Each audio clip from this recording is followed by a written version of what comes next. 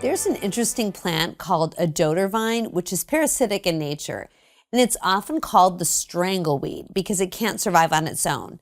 It grafts onto a healthy plant and begins to slowly wrap itself around its stem, living off the borrowed nutrients until it strangles that healthy plant and they both die. We can learn a lesson from this admittedly cool and slightly creepy plant. If we want the good things in our lives, the healthy plants, to thrive, then we've got to rip out the weeds that threaten to strangle them. We need to uproot some ways of thinking and some deeply ingrained habits if we're going to find the transcendent happiness that we are after. If we don't, we'll be weighed down and held back. We'll stay right where we are when there is so much more. One of the areas where we might need to uproot some damaging thinking is around the idea of the self. So if I were to ask you what makes you yourself, you'd likely mention your inner thoughts, your desires, your dreams, your feelings, everything going on inside. But here's something interesting. This definition of self is unique to our culture and our time. In traditional cultures, when someone asks you, "Who are you?" a person typically answers relationally. So they'll say, "I'm so-and-so's daughter, I'm his wife, I'm the mother of these." And the evaluation of someone's self, whether they are considered a good or a bad self, comes from the extent to which they're willing to subjugate or put aside their own desires for the sake of what is best for their family or their community. So that's in a traditional culture. But when we postmoderns use the word self, we typically mean who we are in isolation from how we relate to others. And we live at a point in history when talking about the self means talking about identity. What makes an identity today good or bad? How do we determine if we are truly living out our identity, our true self? We look within. We ask, am I doing, thinking, feeling, desiring this because someone else wants me to, or because it is truly and really me? So what was once marked as heroic, giving up a personal dream for the sake of your family's good, can now actually be seen as a supreme failure in the pursuit of discovering your true self.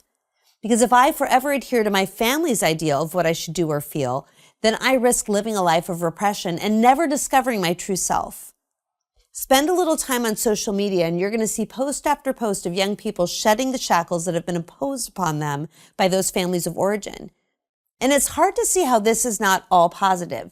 The move from the relational and the seemingly repressive self to the radically individualized and necessarily expressive self that we see today. Of course, much good has come from this change, like the acknowledgement of the dignity of each individual person that is at the root of, for example, the American Civil Rights Movement. This idea of self or human person has also allowed us to decide, for example, that just because my family has always farmed potatoes in Ireland does not mean that I too am necessarily destined to farm potatoes in Ireland. I can in fact move to a new place and do a new thing. But what if we have twisted the idea of human identity into something that undermines the reality it is supposed to define? How do we get here? Well, we often view history as this clean line of progress, meaning that our ideas today must be better than those of the past. But is this really the case when it comes to our ideas about identity? How did this idea of the self come to us? When did we all agree, yes, this is what identity means now, this is what it should be? We learned it from our culture, but it wasn't necessarily taught to us. It's more accurate to say that we caught it. Our cultural stories portrayed in music, movies, books, and podcasts have presented us with this story of the self in such a way we haven't actually consented to this idea so much as we've inhaled it like the air we breathe. And over time and exposure, this idea slowly crept into our ways of thinking and being. And so very soon it feels so familiar that we just conclude this must be the way things are. So we've caught these ideas like a cold, and now we're living as if it is our true and unreputable reality, as opposed to a way of thinking that's truly optional, and maybe not even an ultimately good way of living when played out to its most extreme. So we do this with fashion. We may feel like our choice to put on leggings and a sweatshirt hasn't been affected by anything other than our desire to wear something comfortable. But actually, Beyonce and Rihanna are behind this athleisure trend that started in 2016. And that's when they released their own clothing lines, and they primarily used Instagram as their advertising tool. And what it served to be was sort of a virtual runway. And we're still being influenced by Beyonce and Rihanna and the Instagram runway today when we throw on our leggings. We didn't agree to follow their particular influence, but here we are, parroting their ideas through our clothes. And you could make the argument that it doesn't really matter very much when it comes to fashion, but it happens with our beliefs too, and that I think matters a lot. Because while we may have some deliberate beliefs about the world, there are certainly others that we are subject to without active consent. So we haven't consciously said, this is what I believe. This is my view of the world. It happens without reflection. Without even realizing it, we have consented to a whole belief system about what will make us happy. And even if I can point to a deliberate belief about my own happiness, I must admit that it was formed within this context of this cultural atmosphere. And while this doesn't necessarily mean that I must discard my beliefs, it does require that I think through my beliefs in light of new information.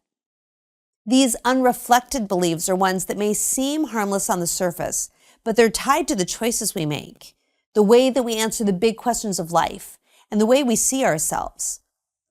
How is this the case? Well, we hold up these inherited beliefs, values, and standards, these cultural stories, and we hold them up to our hearts, and then we try to pick out the parts of ourselves that fit those expectations. This, then, we call ourself and say, look, I found it. And the world tells us we are living out our truest identity because we have discovered it all by ourselves, when in reality, we are just amplifying the desires or the dreams or the feelings that are culturally acceptable, and we're discarding the rest. So here's an example from theologian Tim Keller.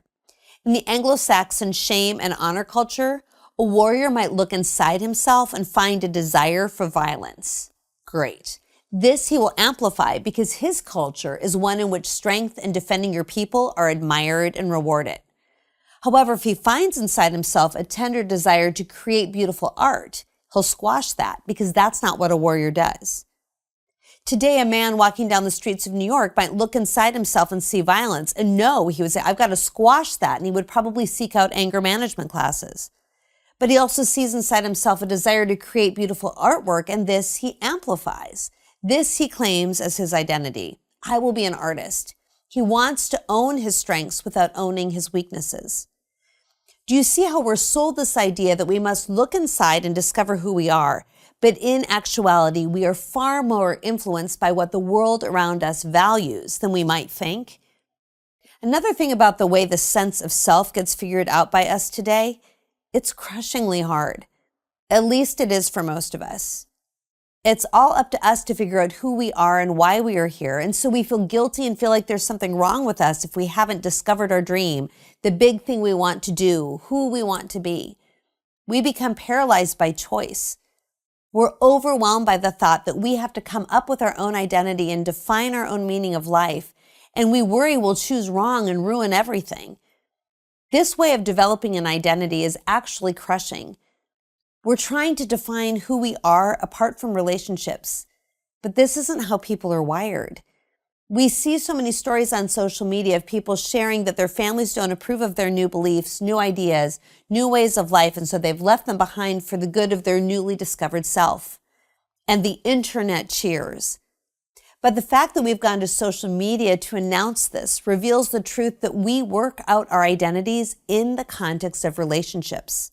If we don't get it from our families, we will search for it elsewhere. In this case, it's finding approval and affirmation in the likes and the comments of social media.